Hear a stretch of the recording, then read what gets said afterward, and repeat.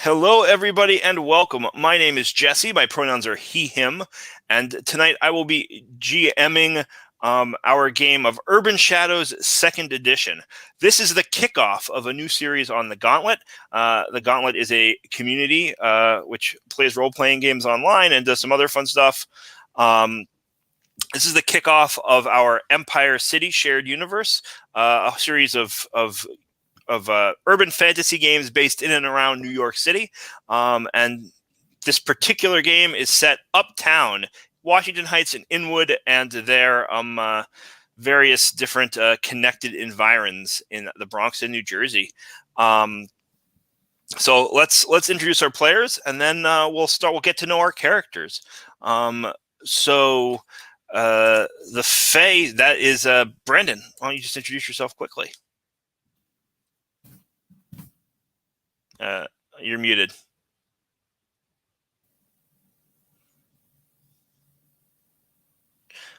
Can't hear you. Hold on. Let me try something. Sometimes bouncing you out and then back in helps. Why don't you try logging out and then logging back in? And we'll go move on to our next person, Jex. Why don't you introduce yourself? Hi, hello, I'm Jex. I use they, them pronouns. I'll be playing the Restless, which we'll find out more about in a second. If for some reason you wanted to follow me on Twitter, you can do that at JexJThomas. Wonderful, wonderful. Philip. Philip Rogers, my pronouns are he, him. I go by Snarkade on Twitter, and I've played with the Gauntlet for a couple of years, and I'm playing the Wizard Playbook. Wonderful. Sam.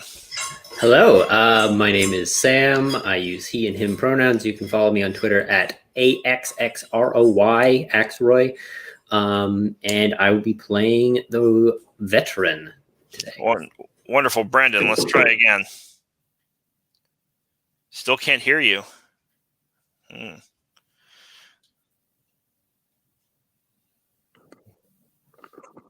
How about now? Yep. It's soft, but yep. Okay. Hi, I'm Brandon. I've been playing with the Gauntlet since about the middle of last year, and I am going to be doing the Fae playbook. Wonderful. And why don't you tell us about your Fae, Brandon? Since we're back to the beginning, so to speak. My character is Aurora Rosario, who is Dominican in nationality, or at least allegedly. She is a force of nature, a 500-watt bulb.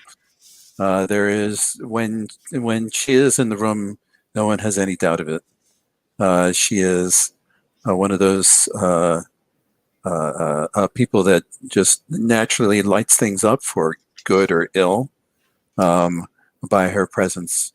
Very engaging, very enthusiastic, very sensual, and the type of person who, if you're feeling depressed, will go, none of that bullshit, and grab you by the arm and take you dancing. She when she's in a good mood, she drops F-bombs at about every other sentence. And she is unforgettable. That doesn't mean everybody likes her by a long shot. Wonderful. So I'm curious, why did you leave your homeland, and also what is your homeland? Like, what Fae kingdom did you come from? That's I want to work with you there, but what I was thinking of, because I was thinking of a homeland that's not that far away. Sure. Which is the ocean. Sure. So my homeland's right there. Actually, I can. You can like see the Atlantic Ocean. Like if you go down to New York Harbor, you will. There it is. There it is. Sure. Yeah, you have to go out. You want to go out a little bit to get to some of the nicer neighborhoods in my homeland. Mm-hmm. Past past where the concrete docks are, but still, it's all it's all ours. Water is really not all that tameable, no matter how hard you try. Sure. Do you have a name for this fake court in the ocean, or do you want to? No, I don't. Not yet. Okay, so you can think about it, or I can give you one, whatever you prefer. Sure. Amazing. So sorry. So why did you have to leave it? I had to leave it because of family drama. Okay. I have my character has anger issues, especially with her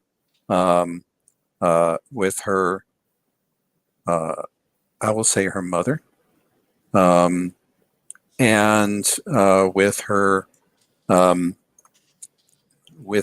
twin, who is her rival here.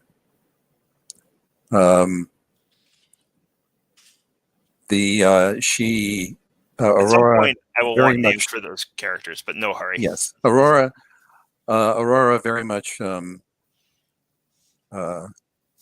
much rejects her family's culture and resents any hold that they have on her, and escaped to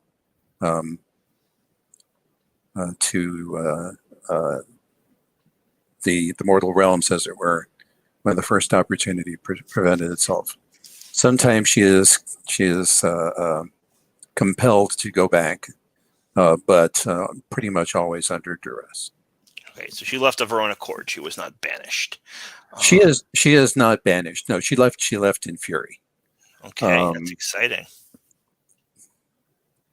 Awesome. So how long have you been uptown? How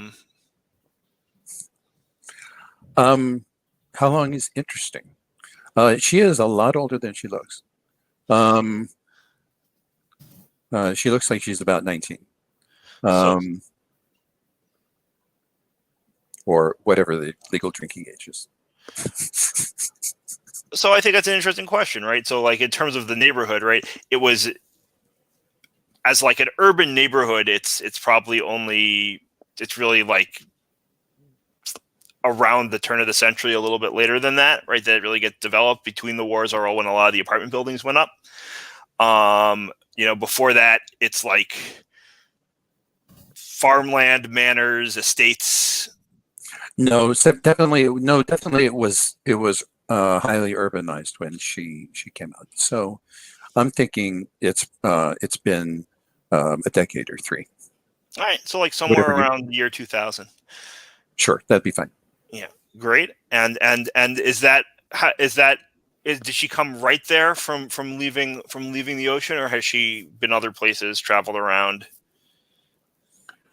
She has been a few other places, but she loves the vibrancy of this area. And in particular, she loves all the people. Mm-hmm. It seems to light up a sympathetic flame in her, to be in this giant mass of humanity and other entities, and she feeds off of it. Amazing. What do you love most about humanity? And you've said a little bit about that, I think, just then, but you want to like their insanity. That is to say, their creativity, their ability to cut loose, to allow themselves to dream, to dance to incredibly loud music, to imagine things that can't possibly exist or might exist, sufficiently far down the road. Everybody she knows is mired in the past and in what actually is, in a way. I mean, Fae are notorious for, glamours and for falseness and for illusion and things like that. But this is better than that, because this is reality. That's just, dreams and ideal, and so this sort of thing are real, as far as she's concerned. They are not things of the moment, and they have power. Amazing. Very, very nice. So, who's your closest confidant or lover?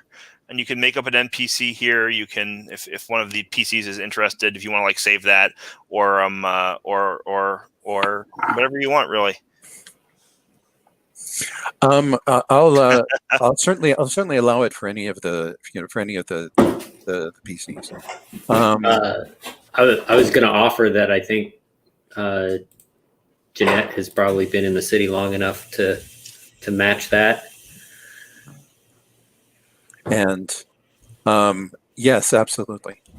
So we don't, especially if she likes to dance. So yeah, so we'll circle back on that relationship, I think, when we get to Jeanette, so that you can sort of have an idea of who she is, and we can flesh that out just a little bit, whether it's confidant or lover, and how that plays out. But awesome, I like that a lot. And last of your intro questions, what do you so desperately need?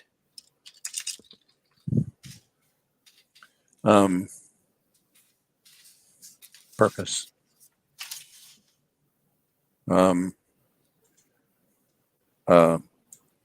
She needs actually no. She needs to be loved. She needs to be adored. Okay.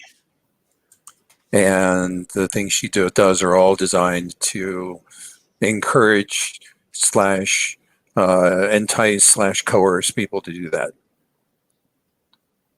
Very nice.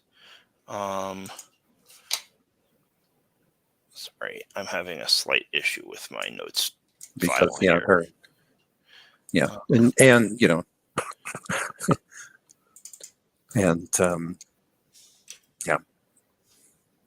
Okay, because great. she's rejected her whole background in a way, and so there's a hole, which right now is largely filled with anger. Right, amazing. I'm sorry, I need one quick second here. I'm just fixing something. I apologize. Okay, should be fine now. Okay, sorry about that. Yeah, so wonderful. So that's our introduction to Aurora. Jex, I'd love to hear a little bit more, a little bit about your character, the Restless. Yeah, so I'm gonna find a better picture at some point. But the Restless is APOC Webb, uses he/him pronouns. He escaped from beyond the grave, hell, or however you want to conceptualize it, and is kind of looking for a home since he's been back topside, as it were. Yeah, I don't know. That's kind of my quick pitch. Sure, yeah. So so who were you when you first lived, and what crime sent you to hell in the first place? Yeah, so I kind of think that APOC was like an early punk rocker sort of type, maybe in New York. Late 70s, early 80s kind of time, and I think just got kind of mixed up with the wrong crowd, and I think he'd often do things sort of on a lark that were amusing to him, when really they were maybe not good things, like robbing a bodega, right? Those kinds of things that at that time he thought was hilarious because fuck the man or whatever. And I think just kind of got into these escalating I don't know, this escalation of kind of criminality, and led to one day he was walked down an alleyway and put out of his misery. Yeah. Wow. So like part of that, like, yeah, that's very cool. So when you were in the city the first time, were you like a downtown punk, or were you up in the heights then as well? Um, yeah, I guess I don't know quite enough about my New York history, but like, I guess sort of just wherever the kind of center of that movement in New Yeah. York would have been. Yeah. So downtown is definitely where that was Yeah. all about. That like CBGB. Oh yeah, yeah. Max's Kitchen kind of. Cool. All right. So how did you change while serving time? Also, I should have said this before. If anyone else has questions they want to throw in, like while we're doing this about a character, you hear something like, "Ooh, I want to know," jump in by all means. So how did you change while serving time? I think that APOC started realizing that things actually matter and that things have consequences. And that, life isn't just a joke, right? And still has, this kind of like defiant streak, but generally kind of has come to the conclusion that life is about more, and he wants to find out what that is. Okay, I just want to drill down on something you said because I think it's interesting, but I'm also not sure you meant it the way I heard it. So I want to.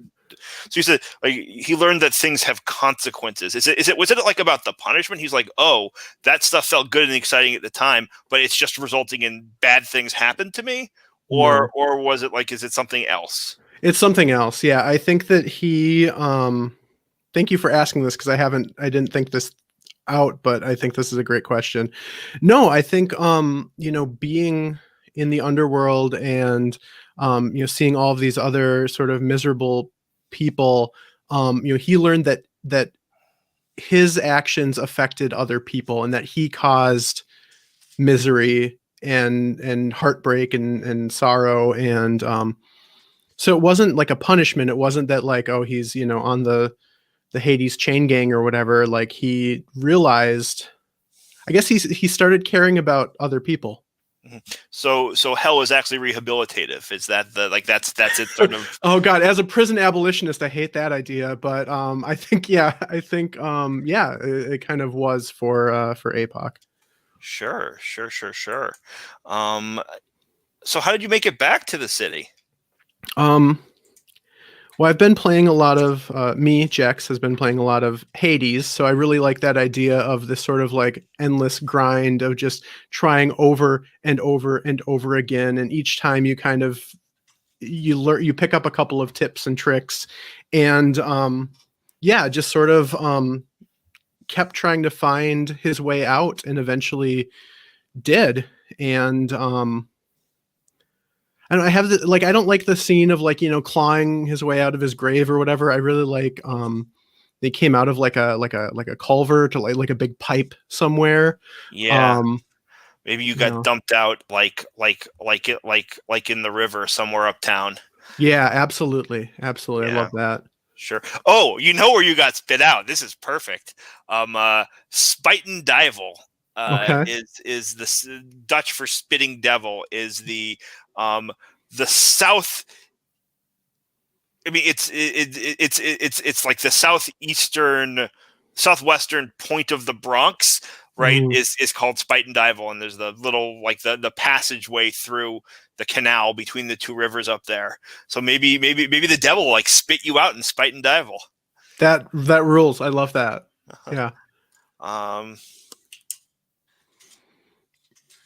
I'll show you. During the next break, I'll pull up a picture because I think it's cool. Okay. So why have you promised yourself things that will be different this time? Because this time I give a shit, right? This time I care about other people, and I feel like I have to make it up to others for how I lived my life. Like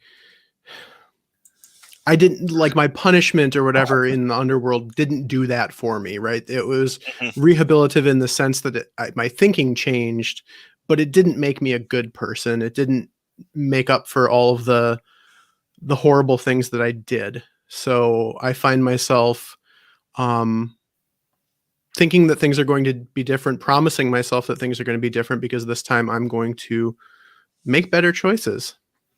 All right, like you want to be better, but that doesn't mean you are yet. Exactly. Yeah.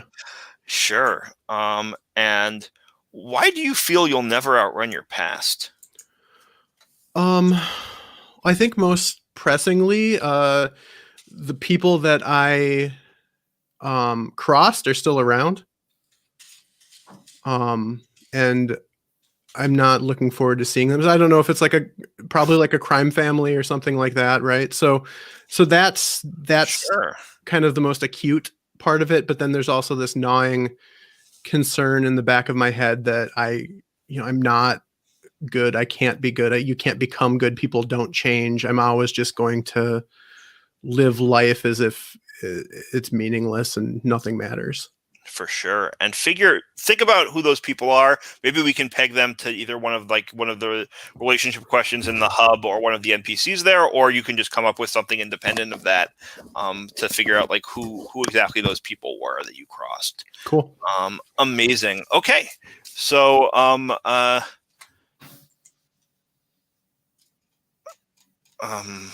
yeah, Philip. Sure. Tell us about the wizard. Eamon Gallagher. His father was a cop. His grandfather was a cop, and his father's father's father was police. Mm-hmm. They've always done that as long as they've been here, and they've been here a long time. He was police during the 1970s. That's when he first put his badge on, walked a beat, and eventually he got caught up in the Dirty 30 scandals of the 1990s, where they start with the Mullen Commission started to crack down on bad cops. He was undercover because he was in the 34th, and they sent him to Harlem to work in the 30th. Mm-hmm. And they found out who he was. Mm-hmm. Last thing he remembers was hearing gunshots. And then he woke up. He was told that everybody thought he was dead. And he looked down, and he took several gunshots in the legs, and haven't really been able to walk right ever since. But it turns out there was an undercurrent of wizards that operate in the New York area. And they saw somebody that basically put their life on the line to try to do the right thing, even though no cops during that time period would really do that. And he kind of got roped in. Turns out he had a natural affinity, and he started to, in his words, protect the city, in his own way. Sure, that's awesome. I love that story. For those who don't know, the 34th precinct is the Uptown precinct, on Broadway at like 184th Street. Yep. The 33rd and 34th, both in the area. Yeah. And so are you like? Did you grow up uptown? Are you like an old school Inwood Irish guy? Is that definitely Inwood Irish? That's where he he's what he's done is he's moved out of the area. Mm-hmm. Which is like 10 blocks. Right. That's about as far as he's going to go. That's because that's moving way away from where he grew up. Absolutely. Which is his sanctum was actually going to be the Little Red Lighthouse till I realized that you had already populated it. I did, yeah. Sorry. His sanctum is under the Morris Jamel Mansion. Sure. Which I is love the it. Oldest house in New York. I love it. That's great. Okay, sweet. So let's so you've already answered how did you learn? I mean, I'll ask it again. How did you learn to wield magic? Was there is it just you were sort of taken in by these wizards? Is there more to the story than that? No, basically taking it in, and when you go in, you depending on what your propensity is, you can be a wizard, you can be a helper, you can be a runner, you can there are lots of lots of different things that you can do to help people out. I just happen to have the propensity towards actually doing something, and so I moved into the highest rung. Awesome. Yeah, and you've already said that you've been in the city your whole life. Mhm. So what mistake keeps you up at night? There are a couple of kids that I was kind of looking after when I went undercover. There were they had potential. I got a little focused on my own thing for a few years, and when I went to take a look at them again, it turns out that they went full on bad. I want to. I'm not 100% sure that I made the right choices. I want to. We'll come up with names. I'm going to come back to you for names of those kids at some point. So think about that. But in the meantime, I just want to zero in. What does it mean? First of all, when you say kids, what do you mean? And what does it mean they went bad? I want to be like a little bit careful, just to be upfront about this. By this time frame, the kids would be in their mid 40s. Mm-hmm. But by bad, I mean they've killed people. They've killed people. But okay, so we can talk about what that means, like what the story is there, and then what conflict are you currently trying to mediate? Right now, there are a couple of Bronx gangs that are trying to put inroads into the Washington Heights areas. The gang fights have broken out and have been for the past 6 or 7 months or so.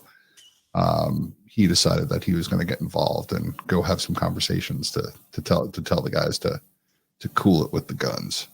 Basically, between the Bronx gangs and local powers. Yeah, mm-hmm. It's one of those where they're always there's always going to be conflict. There's always going to be argument. It's fine. They can, since his legs got shot up, his magical focus is a shillelagh. Mm-hmm. So it's his walking stick. But he's always of the mindset that, listen, you can beat the hell out of somebody. That's fine. That's being an upstanding guy. Just don't shoot at somebody, miss, and kill the 60-year-old clerk in a bodega. He wants to stop violence because of collateral damage. Yeah, I mean, you can argue, you can fight, that's fine. It's just everybody involved has to know what the stakes are. Does he still see himself as a cop? That's kind of what I'm hearing, but I want to more or less. That's his thing. If he tends to get involved when it's the situation is a little too out of the norm. He's the type of guy that will have a conversation with a dirty cop. Mm-hmm. If he sees somebody that steals from one of the stores, he doesn't care about that. But if he sees somebody that is violent, that's what he tends to get involved. Got it. Okay. Sam, let's hear about your veteran. Yeah. So Jeanette Feldman is originally from Long Island, and she when she was a lot younger at this point, she kind of accepted that she's a bit of an old hand. She was a spy for the CIA, and so she did a bunch of tours. She came back with a cursed piece of the Berlin Wall, and her turns out that after the Cold War ended and she got brought back to Washington, that it was just not the right fit for her. She did not like the bureaucracy, the politics, trying to fit in Washington. So they kind of gave up the life, moved back to New York City, and have been living living here ever since. Awesome. So tell me, you used to be a spy, like internationally, but what did you used to be known for here in the city? I think that they, when Jeanette first moved back to the city, they tried to kind of stay out of it and just live a normal life. And the result of that was an explosion. Someone tried to take them out, and it never got explained. Nobody in the general populace knows who did it, who the target was, even that it was an assassination attempt. But if you're in the know and you know what's going on, this was kind of a revenge plot from somebody. Got it. So you're known for someone trying to kill you. Yeah, like they've tried to get out of the life, and the life just keeps pulling them back in. Got it. Cool. So when was this? Like, how long have you been in the city for? I want to say that Jeanette moved back in the late 90s, early 2000s. Got it. So you got here around the same time as Aurora. So let's talk about that relationship for a second. So you and her are close confidants or lovers. Brandon, Sam, like, which do you think it is? What's that relationship about? Do you have a preference, Sam? I liked the idea of maybe close confidants, as like we might have been lovers at one point, but I can't keep up with you anymore. That's probably true. And it's I think it's probably an on and off again thing. If that works for you. I like that. Yeah, Aurora is hard to keep up with in the lover department. No, I mean, she doesn't tend to keep a lot of people on the hook at once, but she's exhausting. And it's easier to stay her friend because she's an amazing friend. I think I figured that out at this and point. She's an awful enemy. I just if you make enemies with Aurora, you should kill her, because otherwise something terrible will happen at some point. Sure. So follow up question to that. So how old were you? 20 some odd years ago when you first got here, when you were retired.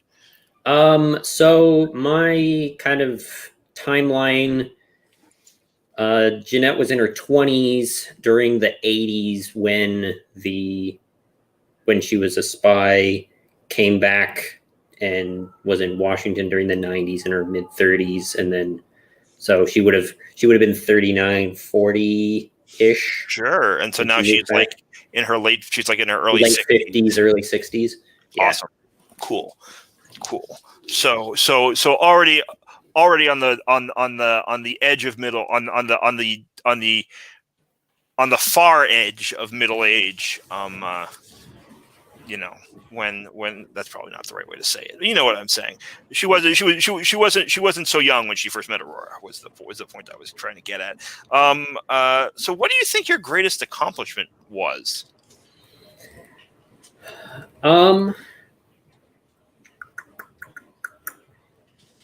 I think that she still holds on to. I don't think I ever actually said this. Jeanette uses they and she pronouns interchangeably, but I think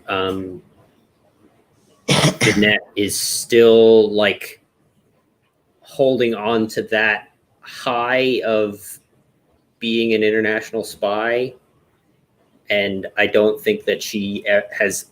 I don't think that she's thought anything she's done since then has been up to that standard. Was there like a particular mission, a particular moment that she's really very proud of?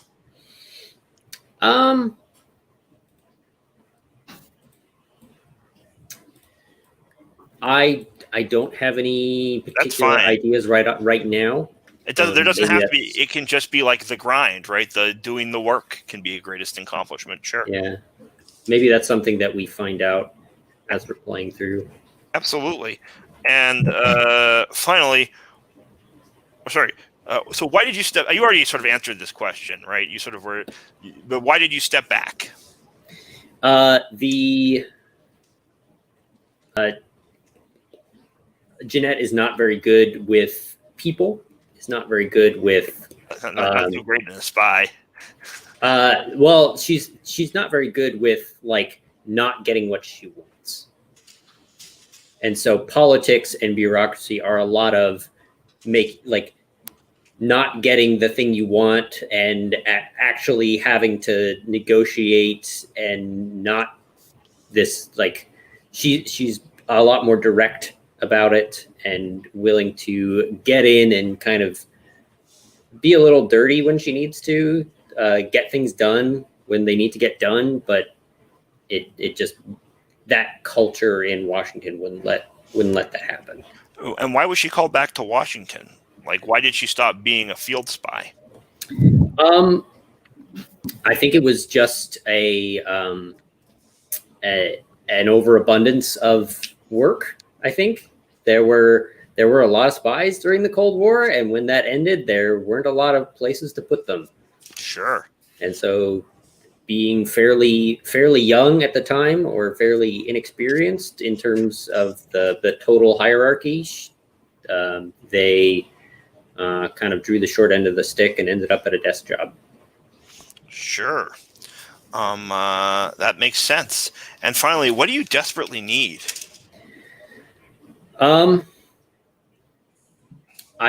So in her head, she thinks she desperately needs peace and quiet and to get out and to stop living this life.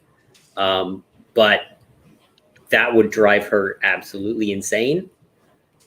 And that is not what they need at all. Realistically, they need that adrenaline rush. They need that excitement. They need someone to.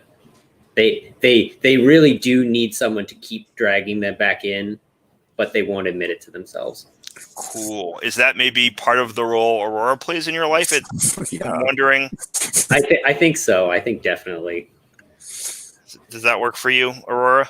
Oh, are you kidding? Yeah. Aurora's not going to let you settle down.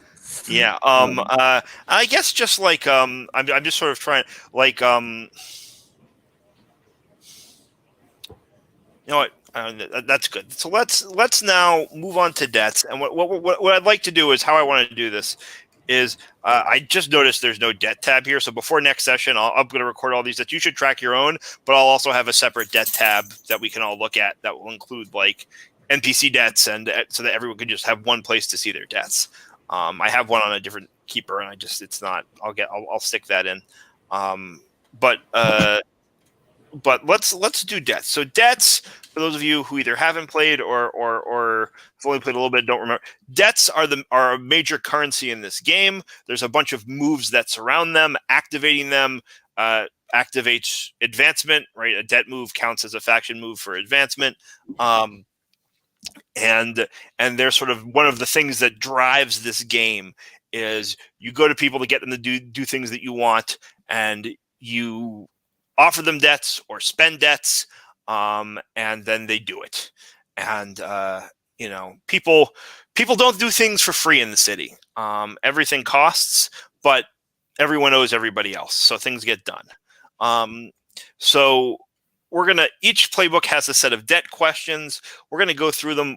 Basically, we're gonna go around. I think you each have 3 questions. So we'll go around. What I think we should do is we're gonna go in the reverse order we just went in, and like read the debt question. If you as another PC like that debt question calls out to you, you should say so. Or if it's your question, you're like, I think this fits great with this person, you can ask, right? But we're gonna, and this will assign debts so that you'll have at the start of the game with PCs. There's going to be some NPC debts as well when we get into the factions. I mean, if I will say, if there's a debt question that you're like, I have an NPC in mind already, right? Like, for example, Aurora, you have a sister and a mother, right? Maybe you're like, oh, this question just fits that character so perfectly. You can assign the debt to the NPC also, right? But this is primarily designed to draw debts between PCs, so that should be sort of our first choice. So, Jeanette, why don't you read your first debt question and see if there's anyone for whom it makes sense. Do I have to go in order? Because there's a really easy one. No, yeah, any order you want. All right. Someone keeps pulling your ass out of the fire when you forget you're retired. Yes, of course. Eamon, why are you? When was the last time you pulled me out of the fire? Let's see. I guess it was probably pretty recent. What do you think you just got over your head in a situation that you expected to have? You would traditionally have backup for? I think it's it might be something closer to I got myself over my head in a situation that I thought was going to be mundane, but ended up being more magical than I thought. Okay. Maybe you realized that a person had a firearm, but it turned out they had a relic.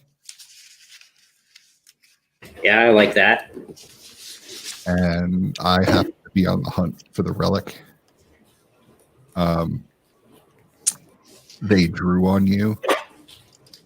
The first thing that relic did was kind of incapacitate you a little bit. And next thing you know, I was handing you a cup of coffee. I like that. That's good. Amazing. And now Jeanette, and now they owe Eamon a debt. Yep. So mark that. Make sure that you both have that recorded. I think we'll do all three at once in the same character. So I muted myself. All right. Let me go back to where I had those. Let me write that one down first. Debts owed. Okay.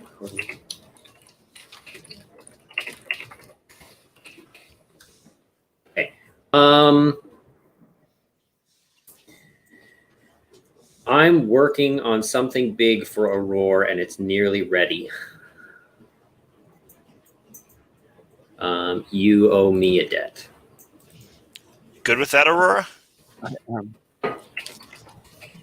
What is the project that I'm working on?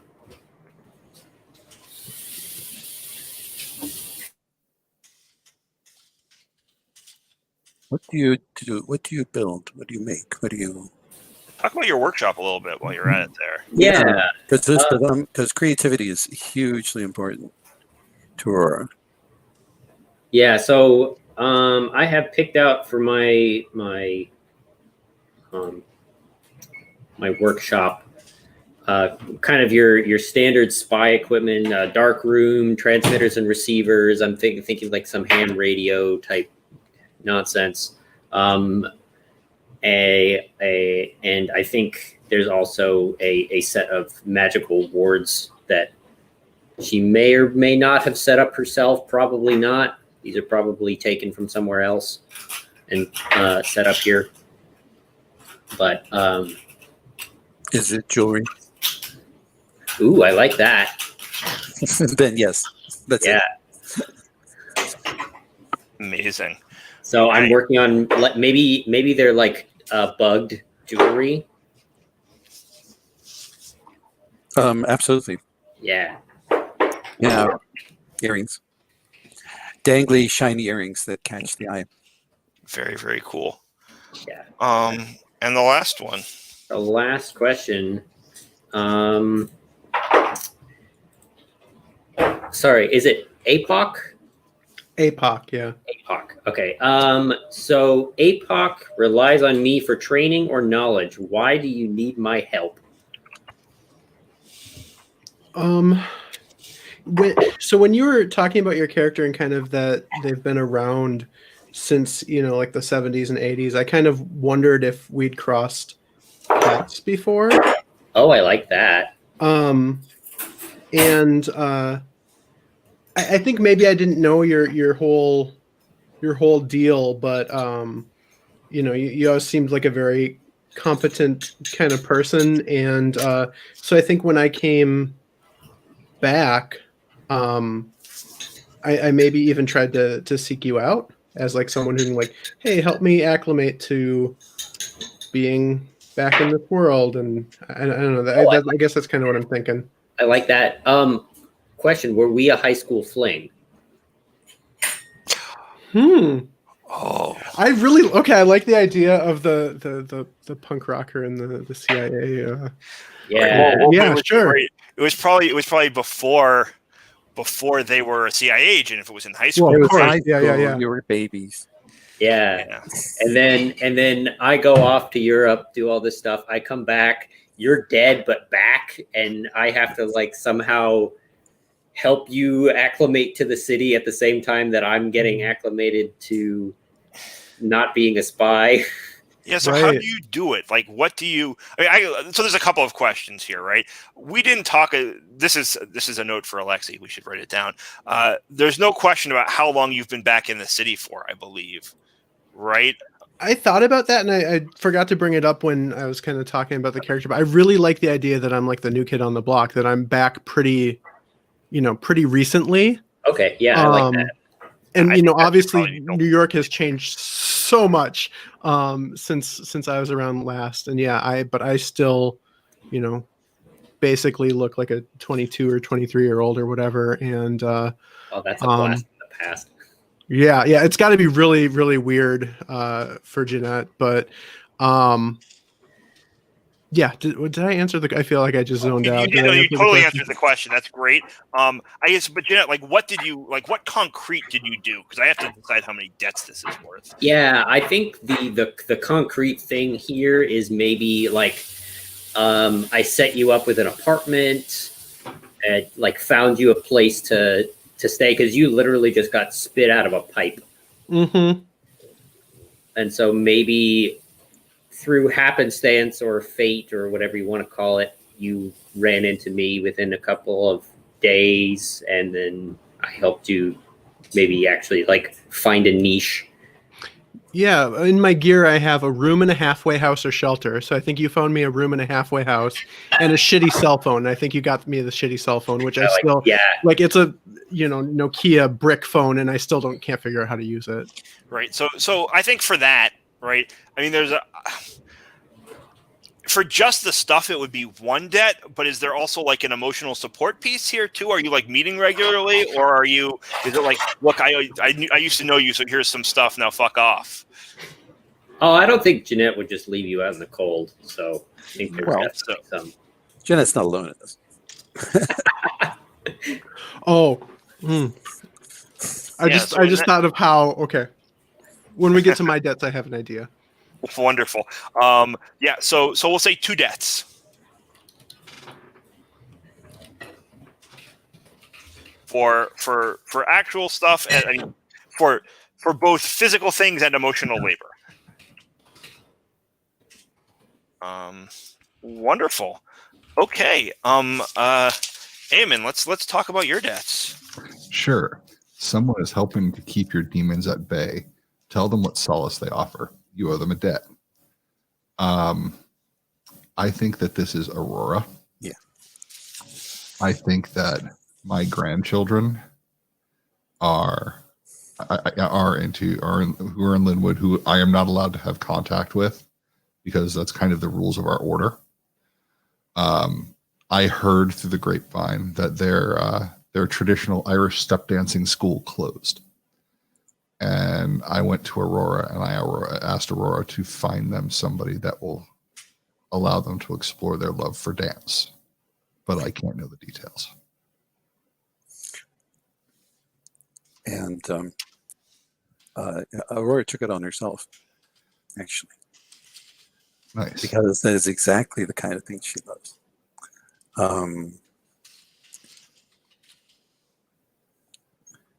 and so she's visiting your grandchildren, Granddaughters, I think. Yeah, your granddaughters. Okay. I think that would. Yeah. I think Yeah. that would- I mean, just a quick question that came out of that for me, which is, did did did like so? Did you have a partner you raised kids with? Did they die? Did they? I'm just curious.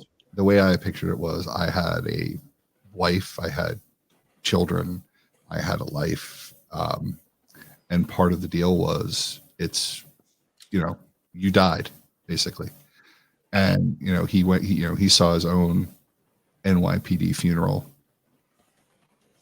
and he was told that you can't be there anymore. But it's one of those things where he's got one of those old Irish faces that there are 250,000 of in New York. So he just took a couple, moved a couple blocks over. And he's anonymous. Sure. Awesome. All right. So then what's your next debt question here? Someone is your go-to when you get into trouble providing information or muscle to get things done. You owe them 2 debts. I'm actually thinking that this is information, and it's Jeanette. Sure. And so it's not like any specific information. It's just like she's my go. They're your connect. If you need to know something, I know a guy who knows a guy who can plant a bug in the right room. Yeah, we've kind of built our, we kind of have this relationship ongoing. So sure, you owe Jeanette a lot. Yeah. No, I owe Eamon 1, and Eamon owes me 2. Sorry. I was looking at the wrong person. I put that in the wrong place for some reason. Wonderful. And the last one. You are helping someone keep a dangerous secret from powerful members of their circle. They owe you a debt. I'm thinking that this is APOC, and the timing works out that I probably could have arrested him at some point. Yeah, I think whoever the like maybe the criminal syndicate or whatever who got me, I'm thinking that you probably know them, and now that I'm back, you're to some extent, we can talk about what that actually looks like, kind of keeping me safe from them. Is that? Yeah, I think that works. I think I don't want I probably looked at you and said, "Man, you look just like your dad." That was my first thought. And then then he finally realized what was going on, and his deep down he already got killed once. You don't deserve to get killed a second time. All right, I like that. No matter how big of a scumbag you are.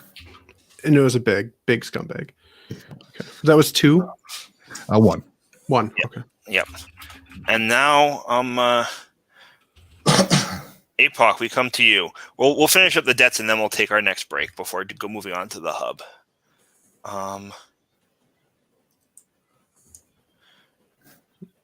So one second. Yeah. Spelled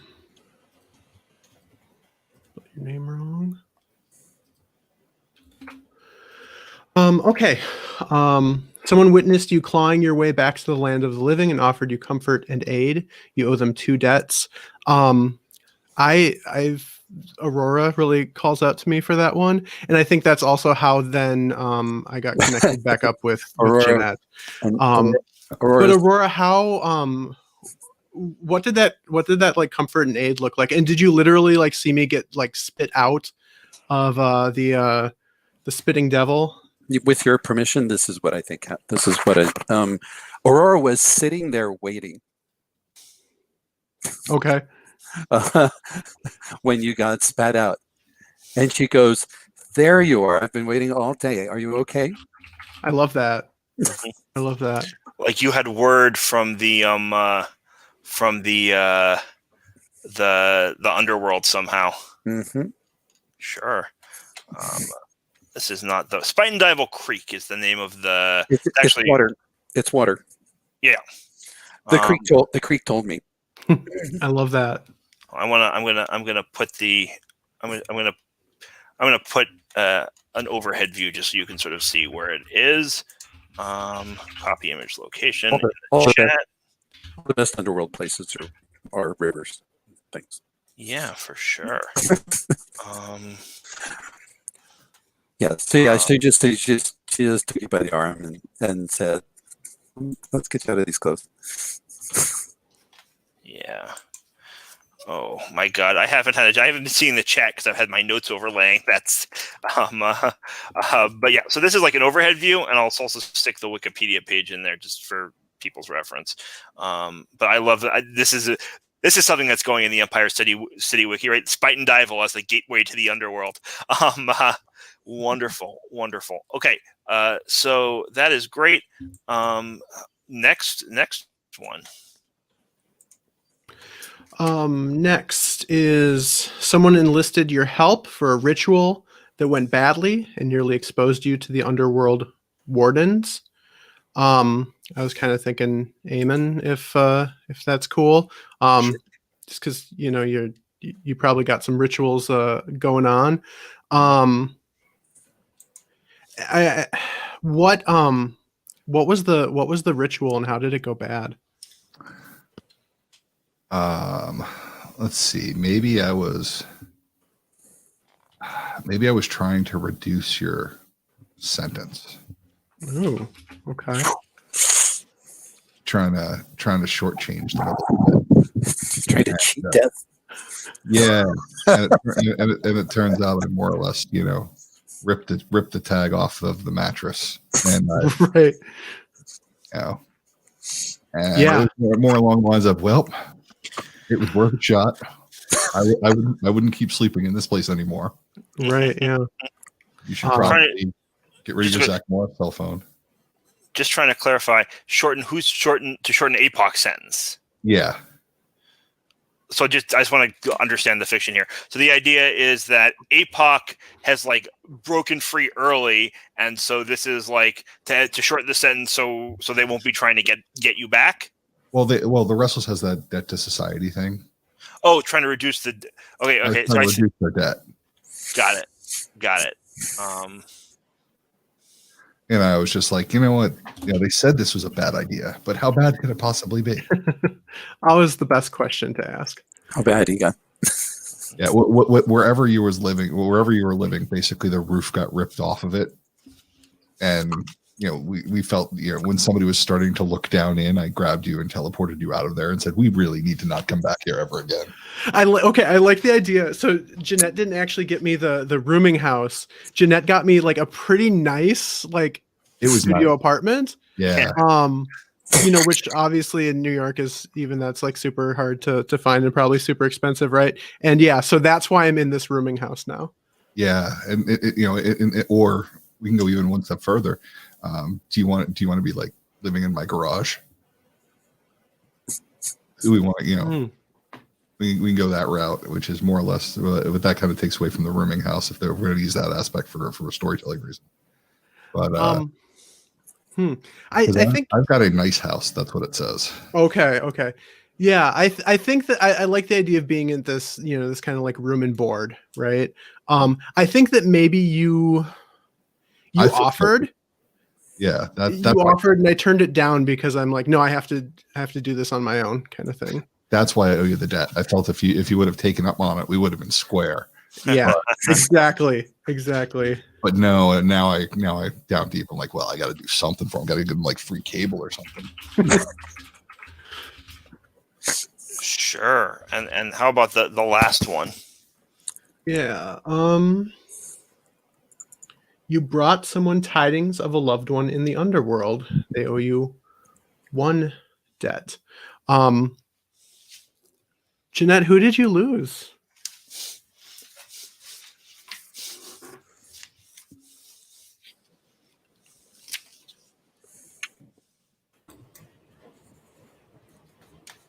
I think there was someone in Austria who I still feel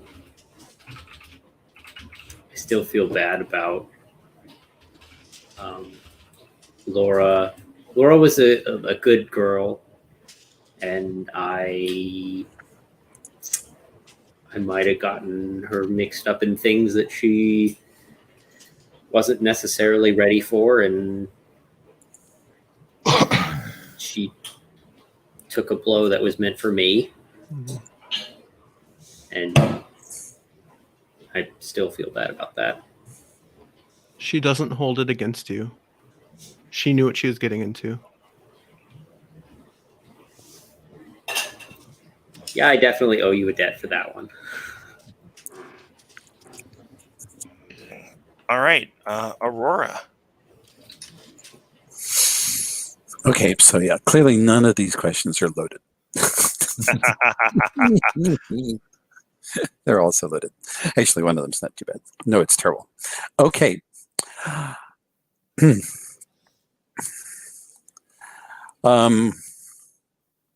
Someone broke an important promise to you and swore they would make it up to you.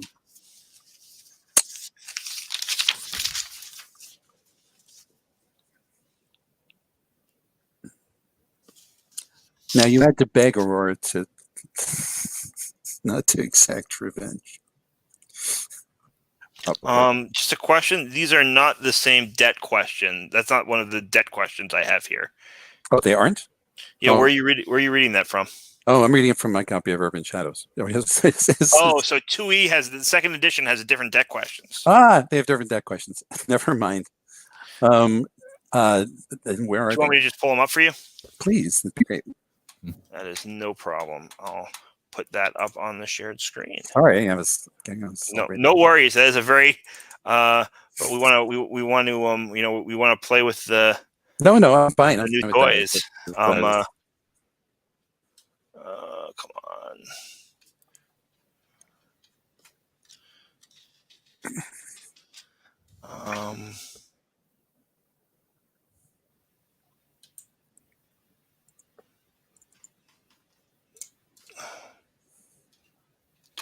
Do I have this open already? I don't. Where are we here? That's the wizard.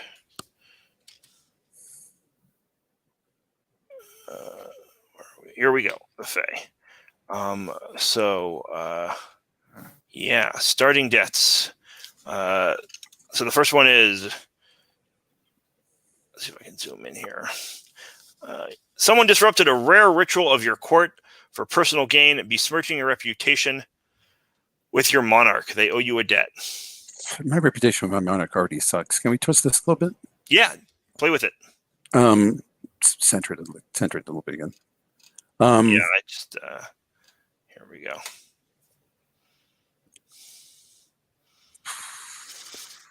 Also, I don't see anybody getting involved with my court for personal gain here.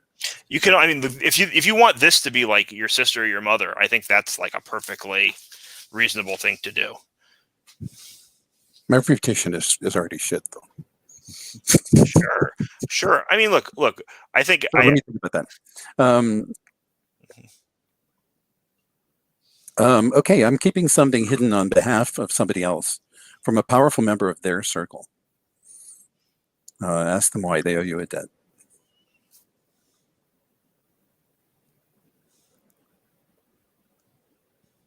If any one of you feels like, hey, this is me, like you can also jump in as another PC and say, hey, I think I did that. If you feel like this like speaks to you. I feel like that could maybe be APOC. What is it? Or why is it? I mean, maybe just I mean, what is my circle, by the way? Like, where do I see that? So your circle is night. Night, okay. Your circle is night, and look, I there's a very like easy answer there, which is just the wardens are looking for you, you, right? Like I think we haven't talked about this, but knowing your deal, like exactly what it is, it seems like everyone kind of does, but they don't necessarily have to.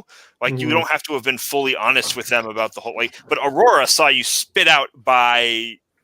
Yeah, but he already owes me a couple of debts, so maybe I mean, that, maybe, maybe I'm all about owing everyone debts. yeah, I mean, so that it's built that way. The Fae is owed debts through their starting questions, and it does not owe them. I know. I just want to kind of spread them around. Okay. They're yeah. Eamon, perhaps. Sure. So, what do you think it was? So are we doing the disrupted a ritual or keeping something hidden? Keeping something hidden. Let's see. We can go back to the same thing we were touching on before, which is you now know that I'm not supposed to have any contact with my family at all, and I've been kind of skirting the issue. I've been following the rule to the letter, but not the spirit. Sure, that actually works. I like that a lot, right? Because you're not doing it. Yeah. This is good.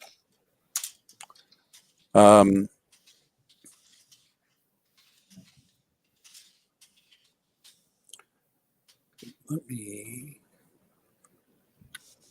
just check something here. Sure.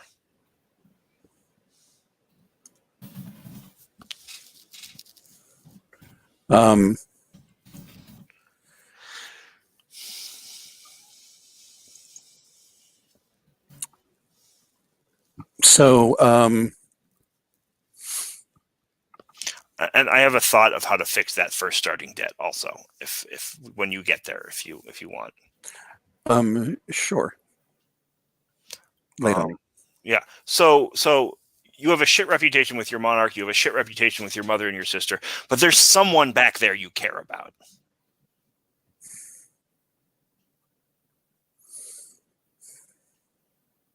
Right? There's someone you left behind when you left. Yeah, that could work. I like the first option on the on the other one better. If you want to go back to that one, I'm fine with that also. I don't think we don't need to. If you want to take that one, then we should just go That's for that because one. I'm only doing this because the other one doesn't just seem to fit. That's all. It's because I'm perfectly fine. Right. Okay. Jeanette, did you break an important promise to me and swore you would make it up to me? We've been on and off again, lovers. Yeah. I feel like was that promise that I would stay faithful? Yes. And you blew it. And I blew it. Yes. And I'm still making it up to you. Yes. Like 15 years later. Yes. Amazing. I only bring it up sometimes. Only sometimes. Sure. You know, if you had said, I'm not interested in you anymore, bye, that would have been fine. But no, I caught you cheating. And you promised you wouldn't. You promised, Jeanette. You promised. You were always going to be honest with each other. Okay, so then let's see. APOC, I entrusted you with a dangerous task. Oh, actually, I may switch this to Eamon after all, because Eamon, you're the wizard, right? Mm-hmm. So here's. I have a thought for that one though. Okay, absolutely. I have a thought for a dangerous task, but I want to hear yours. I don't know. The thought that immediately came to mind was that I needed to go back to the underworld to do something for you, Okay. which obviously was incredibly dangerous for me. But if you have a different thought, then there is a one thing that I snuck into Aurora's character during the break is that one of the reason that her sister hates her is that Aurora figured her way out of. She thinks that Aurora cheated her way out of the succession because Aurora, they're twins, and it wasn't 100%. It wasn't 100% clear which one of them was born first in the way of such things. And it appeared that Aurora was, but the later auguries said it wasn't. And her sister thinks that Aurora cheated somehow. and that might be true. That she did something to make it seem like her blood was not 100% Fae. This may have been done after the effect. Does this sound interesting to anybody? Oh, that's the task to fuck with the. Yes. Got it. Which might have failed completely, but Yeah. What if? Nope, sounds too complicated. So we'll just we'll leave that as an open thing, and that's fine, Apex. So what was the task that you went into the underworld for me? Actually, I think we can probably tie it to that. Like, what if the person who knew how to do this, who you needed to kind of tell you how to cheat the sort of system like this, is someone who's someone who's dead, and you need access to them, and I was able to get that for you. Obviously you knew where I came from. You saw me spit out. You knew that I could go back. I really did not want to, but you were able to convince me, so I could put you in touch with this person. How's that sound? That's fine. And you don't know why. You don't know why. I don't know why. Sure. Yeah. And it's and by dangerous, of course, this is ongoing dangerous because this is a huge transgression of what you did. Mm-hmm. Okay, but I owe you a debt for it. Okay. Yeah, it sounds like you succeeded, APOC, is what I'm hearing there. So APOC succeeded, but I'm leaving it an open. I'm leaving it an open question as to whether or not Aurora in fact cheated her succession, because I would like I would like Jesse to decide. Sure. So now let's take 5 or a little bit more than 5 and come back at 1/2 past. I also just want to check in on people's timing. I think I said 3.5 hours for the session to end at 11:30 Eastern time, but I usually try to shoot for 3 hours and stick the extra half hour on the end of the thing just for buffer. Do people have a hard out? Are you okay hanging out a little bit after 11? I just want to, after the 3 hours, I just want to check in on how people are. A little bit. I can stick around a little bit. Yeah, awesome. Okay, I've never done hub. I don't know how long it takes. So I won't keep you too long. If it looks like we're dragging out, we can finish off by email or whatever at the end. All right, so let's take 5. Let's come back at 1/2 past, and we'll go into the hub. Sounds good. Mm-hmm.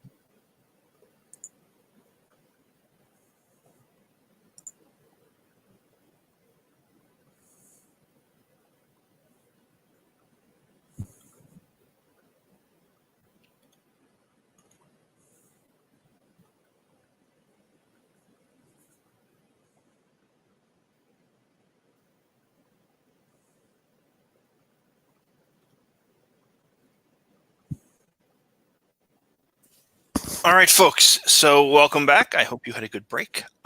So this is one of the new mechanics in second edition. It is called the hub, and it just gives us kind of like a center for our campaign to sort of focus on. I chose 181st Street, and I made it myself. So we'll see how we'll kick the tires on it and see how it goes.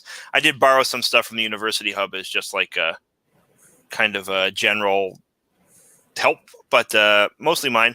And the idea is it's at 181st Street. It's the main drag in Washington Heights, in this part of Washington Heights anyway. There are others, but this is one of them, and this is the one I selected. And it's a place where wild mostly hold sway, and they maintain a kind of fragile truce between the different circles in the central meeting place. And so there are two special hub moves that you can activate when you're there. One involves one lets you hit the streets, right? Hit the streets is a basic move. That's like, hey, you want something from someone, name a person that's like well disposed to you and likely to have it, and roll this move. So what this does is, if you're at 181st Street, you can find someone who doesn't like you much. You can find someone who is in a faction that you're opposed to, who you've crossed, who you're an enemy with, and meet up with them. And if you hit, they're willing to hear you on whatever it is you're coming to them to ask for. It's sort of like a parley move where you can end up with getting something. But the downside is you have to take one of the downsides that you would have in a 7 to 9 on regular hit the streets. Upside is, number one, you can do this at all, which you wouldn't be able to do otherwise. And number two is, because it's on 181st Street, even if you fail, this person you doesn't like is not going to like go after you violently immediately, right? That can't be a failed result. So that's one hub move. The second one is, we've got everything here, and it's kind of a take on the city move that lets you get stuff, but you don't have to wait for the faction turn. You don't have to wait till sort of downtime. You can do it in the middle of play, and it's focused on getting the thing you want. But it can go badly if you fail. So those are the hub moves, just to give a flavor of sort of like what's this place. It's a shopping area. It's a place where there's lots of stuff for sale, stuff, information, what have you, and it's a place of truce. And so fictionally, that's what it is. So one of the first things you do to sort of connect yourself to the city is everyone selects an anchor. So these are different people who are major players in their factions, who hang out around 181st Street, and everyone picks an anchor who owes them a debt, and you get to decide why. You can double up if you want. That is, I think, a totally fine thing to do. But also, the more different people you reach out to, that we have debts with, the more the more our web can sort of play out. What was the last thing I was going to say about this? Also, they just have sort of special. Whenever they sort of come up, anyone can put a name to a face to establish their relationship, which I guess is not special. That's how that move works. So we're going to go back in the opposite direction, snake back. So Aurora, any of these anchors call out to you as someone who owes you something? Oh, let's see.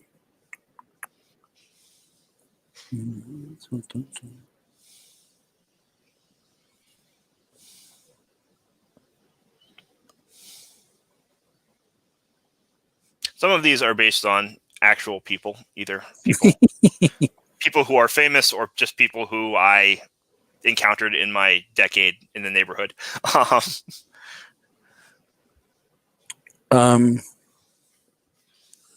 Yeah. I think Jay, who works the register. It's Sure. Family's Bodega. Sure. And why does Jay owe you? What did you do for him? Think big. It can be a big deal. It doesn't have to be, but it can be.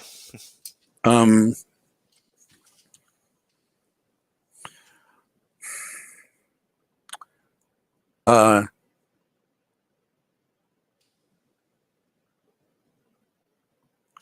I pulled him out of a fire. Sure. Where was the fire? Was it like a fire in the bodega? Was there a fire in a nearby building? I think it was a fire in the bodega that was set by some people who knocked the place over. Oh man, that's a So they, there may have, he may have gotten caught up in, somebody else's Sure. turf battle. Sure. Turf battle. Those people are fucked too. I mean, well, I like that. Like people, you don't mess around on 181st Street and not at Gin's Grocery. So I love that. Like people who did that are desperate, dangerous, scary people if they're willing to do that. And you saved them. Amazing. Yeah. And a lot of the fires just strangely out. Yeah. Wonderful. And, Wonderful. Except it was seawater. Hopefully nobody noticed. Wonderful. So APOC, tell me who owes you and why.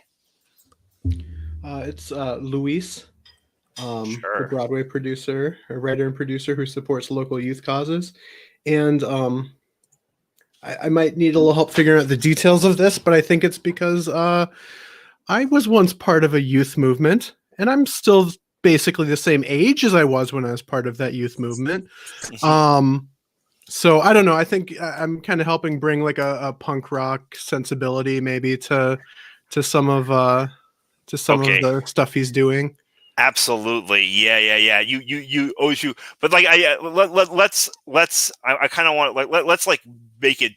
I love that you help out with the kids. Is that the like, as one of them? But like I'm trying to figure this out. Like yeah, I think I probably volunteer with some of the same causes that he volunteers with. And did you save some kids? Did something happen? Was there like a werewolf attack or something, or a ghoul attack that you like managed to deflect or head off? Yeah, I think so. I think I don't know, I'd like it to be something other than just like a straight up attack. I wonder if maybe someone was peddling some kind of supernatural drugs in one of these like youth centers, and I kind of found out about that and put a stop to it. Maybe some of those Bronx gangsters who were like pushing in that Eamon's were dealing with.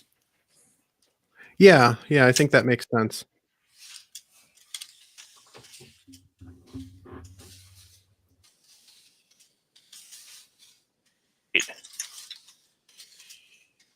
Eamon, so tell me, who owes you and why?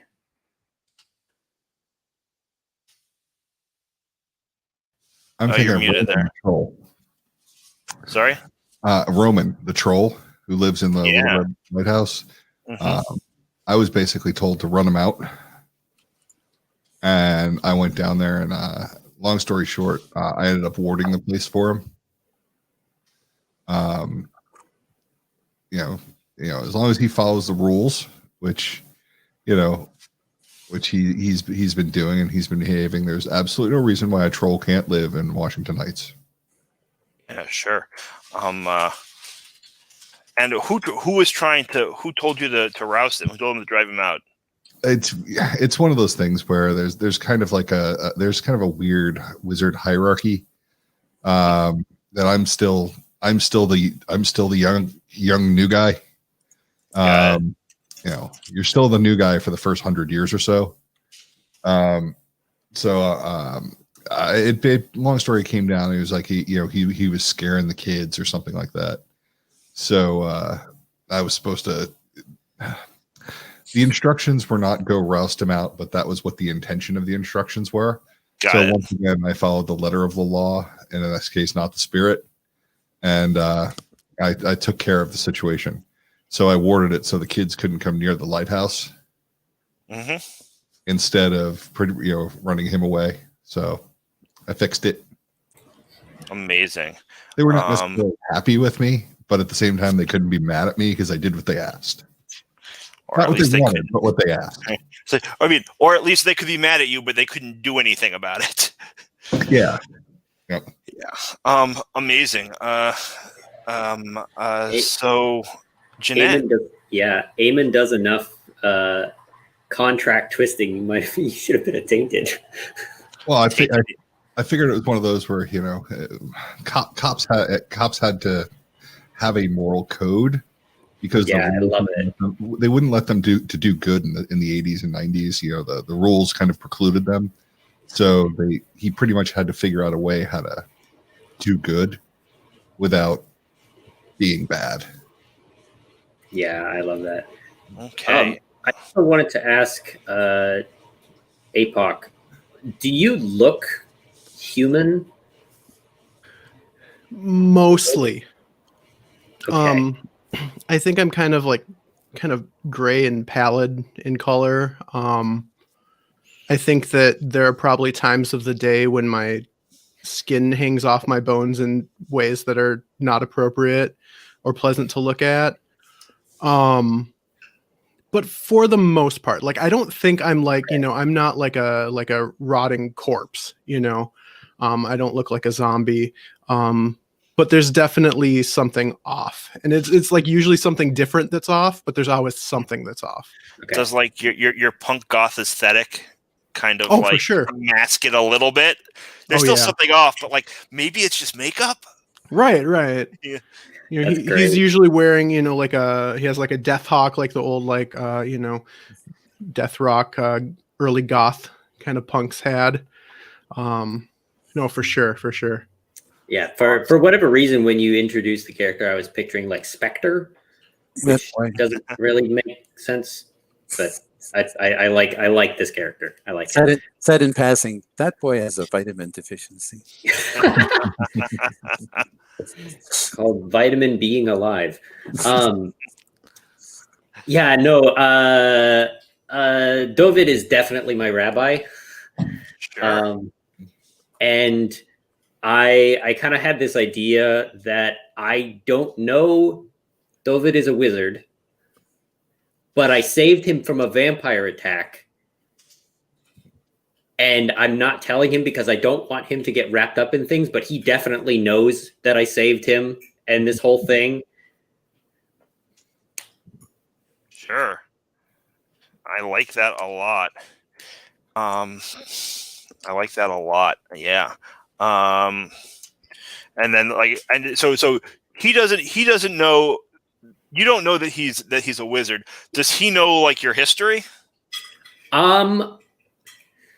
I think he knows some of it. I think it's oh yeah, we're friendly. He's my rabbi. I talk with him. So I've mentioned that I was a spy and that I did all this stuff, but I don't know that he necessarily knew what my involvement was until the vampire attack happened.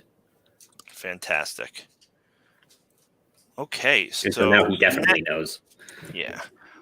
So next is relationships. This is just another way to sort of connect you without deaths to the other players. Basically, and also helps us create a couple new NPCs too, that can sort of factor in here. So we're gonna now. So Jeanette, do any of these relations kind of stand out to you? I will say, just because I'm too excited by my own idea, but the bingo parlor in the one subway station is real. I did not know about it. I was asking my wife, I was like, what are some 181st Street landmarks? And she's like, the bingo parlor in the one station. I'm like, there's a bingo parlor? She said, there's a little convenience store. She's like, if you go through the convenience store and out the back, there is a big open hall with folding tables and chairs and people playing bingo. So this is a thing, apparently. So in our game of Empire runs it. No one has to take it, obviously. I just oh, that's funny. That's amazing. Yeah, that's a real thing, apparently.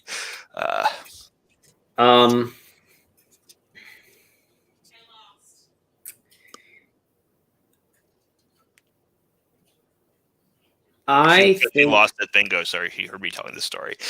yeah. I like, what is it about the Hudson View Diner that keeps me and Aurora coming back? And that's like, maybe that's like our old date spot. It Sure. totally is. And It so also it's, it sorry, also go ahead. doesn't hurt that the Hudson River actually runs underneath the diner. Don't tell anybody. And so it's easy for Aurora to get there. Yes. If you go down far, you have to go down really far. Yeah, well, you have to, right? Because it's the thing about Washington Heights is their heights. No, absolutely. No. You have to go So, all the way yeah, down I'm to the agreeing with building. you. You really do have And to go then- down really and far. then- And then you have to go 300 feet into the bedrock. Yeah. But there's the Hudson River down there. There's a little Sure. channel. Yeah, There's a love it. a little tiny channel that nobody except me and the New York, sewer department knows about. And so what keeps you coming back is nothing specific about the place, but just sentimentality. Oh gosh. I just want to clarify that. Is that right, guys? This is our spot. Yeah. Yeah, Awesome. I think beyond that, maybe there's even like a quarter booth. Yes. That's our booth. They love us there besides. I'm sure they do. Yeah. Oh, I know where your opening scene is. Amazing. Cool. They love us there, even though we might have had a spat one time that probably broke a couple of things. They're hoping we get back together. Yes, I love it. Awesome. Whoever the proprietor or the person who works the counter. Awesome. Sure. Yeah. So, Eamon, is there a relationship there that jumps out to you? Oh yeah. I'm friends with the vamp who runs the bingo parlor on the one subway station, and Jeanette asked me to be introduced to them because after the vampire attack, she wanted to know more about vampires. Sure. What's the vampire's name? Heinrich. Heinrich. Okay. Fantastic.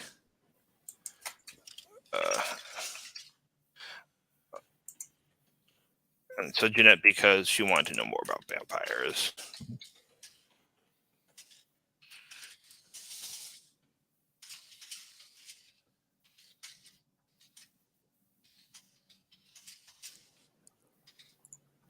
Fantastic. Okay.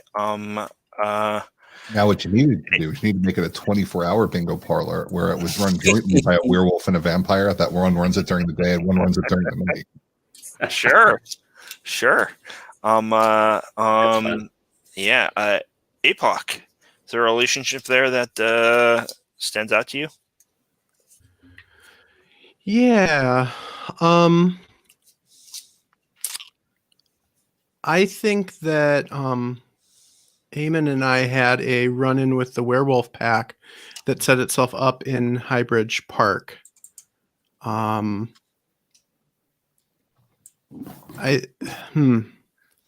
Yeah, I don't know if I have a good sense of what they took from us. Do you have any thoughts? I think that in order to get us away, I had to basically expend an artifact. Okay. To tell us that, quit, to run full speed from the pack, and I snapped it, but they've picked it up, so they've got a broken artifact. So, okay. They took it. What makes it personal? This artifact. It's what it has to be. It has to be a finger bone of a wizard. Sorry, it has to be a bone of a wizard. So it's one of those where it's somebody that I knew that passed on. He was an old wizard when I was young. Like maybe the one who saved your life. Yeah. You don't want to give a bone to a werewolf. Yeah, because my thinking there is potentially you could track us, but I didn't think about that until after the fact. There's also the gnawing. Right, the gnawing. Yeah. Sure. But if they've got my essence on it, so if they want to track me, they potentially can. Sure. I And kind finally, of oh, I'm sorry. No, go ahead. I had a thought, like, once we started kind of talking about this, like, that somehow the crime family or whatever that did me in, I think, is involved with werewolves or something. Like, I've kind of had that thought even before this, but then maybe that's where that werewolf pack came from. I think that's great. I was probably not aware of that. I'm just like, werewolves. There's too many of them. Let's get the heck out of here. And somebody's got their dander up. Normally I'd talk, but they did not seem like they were in a talking mood. I assume they were after me, but they were probably after you. Yeah. And Aurora, any of these relationships jump out to you? Yeah. I'm trying to decide who. You can also just throw it out and see if any of them are. Yeah. interested. No. No, I had to pawn a precious object. Maybe pawn is not the right word. So what is? Maybe get blackmailed of. Sure. I had to hand over. I had to hand over something that basically gives somebody a hold over me. We have weird weaknesses. Us fame. So I'm gonna add. Do you want to mechanize that as a debt? Because they're like the game does have a tool for that. If you want to, it's gonna it's gonna have slightly less teeth. We can keep it just fictional, but it will have slightly less teeth. No, I want teeth. Mm-hmm. Although I guess you get it back, right? This person bought it back for you, so never mind then. So we don't have to mechanize it then. Actually, I think it's better if we don't. These are not supposed to be debts. So I take that suggestion back. So what's the object and who did you have to give it to? The object's my birthright, and it looks like a little glass sphere that's filled with water. That gives off light, and in the hands of a wizard, they would know it's an artifact, and probably could figure out what it is. And who got back for me? And it was the kind of thing where it wasn't necessarily super hard to get back, but I wasn't allowed to get it back.